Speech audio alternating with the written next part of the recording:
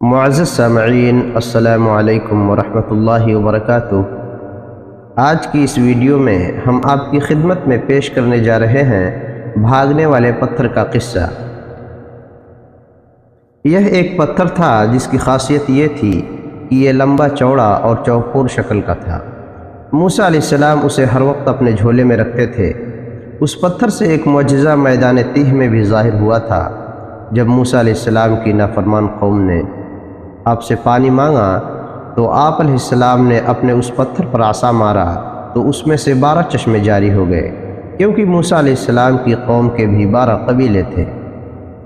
اس پتھر کا ایک بڑا حیرت انگیز واقعہ ہے جس کا تعلق موسیٰ علیہ السلام کی حیات مبارکہ سے ہے۔ اسی واقعہ کی وجہ سے اسے دوڑنے والا پتھر کہا جاتا ہے۔ بنی اسرائیل بہت بے حیا قوم تھی، ساتھ ساتھ ہی نافرمان بھی تھے، اور جیسے ہر نبی کو اپنی قوم سے بہت پیار ہوتا ہے، موسیٰ علیہ السلام بھی اپنی قوم سے بہت پیار کرتے تھے اور ان کی ہر خواہش کو پورا کرتے تھے۔ قوم کے تمام لوگ عموماً دریا وغیرہ پر اکٹھے ہو کر برہنہ یعنی ننگے ہو کر نہایا کرتے تھے، اور موسیٰ علیہ السلام کے منع کرنے کے باوجود وہ اس کام سے باز نہ آتے، جبکہ موسیٰ علیہ السلام کا معمول تھا کہ آپ جب بھی غسل فرماتے تہبند باندھ کر غسل کیا کرتے تھے۔ بنی اسرائیل نے جب دیکھا کہ موسیٰ علیہ السلام تو ان سے جدا کام کرتے ہیں تو بدبختوں نے آپس میں مشورہ کیا، کیوں نہ موسیٰ کو تنگ کیا جائے، ویسے موسیٰ ایسا کیوں کرتے ہیں، انہیں ایسا نہیں کرنا چاہیے۔ چنانچہ انہوں نے اپنے لوگوں میں یہ بات مشہور کر دی کہ آپ کے بدن میں یا تو برس کا کوئی سفید داغ ہے یا آپ میں ضرور ایسا کوئی عیب ہے جس کو آپ چھپاتے ہیں اور ہمارے ساتھ غسل نہیں کرتے۔ جب موسیٰ علیہ السلام کو یہ خبر ملی اور آپ کی قوم نے آپ کو تنگ کرنا شروع کر دیا تو اس بات کا آپ کو بہت زیادہ صدمہ ہوا۔ جب کلیم پریشان ہوئے تو خدا تعالیٰ کو یہ کب گوارا ہو سکتا تھا کہ کوئی اس کے کلیم کو تنگ کرے، کوئی اس کے کلیم کا دل دکھائے، تو اللہ تعالیٰ نے آپ کی برات اور بے عیبی ظاہر کرنے کے لیے بہترین انتظام فرمایا۔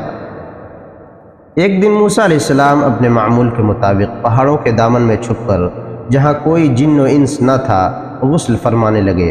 آپ نے جب اس بات کا اطمینان کر لیا کہ یہاں کوئی بھی نہیں تو آپ نے اپنے کپڑے اتارے اور چشمے کے کنارے اپنے اس خاص پتھر پر رکھ کر غسل فرمانے لگے۔ جب آپ نے غسل کر لیا اور اپنے کپڑے پہننے کے لیے باہر تشریف لائے تو حکم خداوندی سے پتھر آپ کے کپڑے لے کر بھاگنے لگا۔ آپ نے اپنا عصا لیا اور پتھر کے پیچھے برہنہ بھاگنے لگے اور کہنے لگے، او پتھر ٹھہر جاؤ، میرے کپڑے لیے جا رہے ہو۔ پتھر آگے آگے بھاگ رہا تھا اور موسیٰ علیہ السلام اس کے پیچھے پیچھے بھاگے جا رہے تھے۔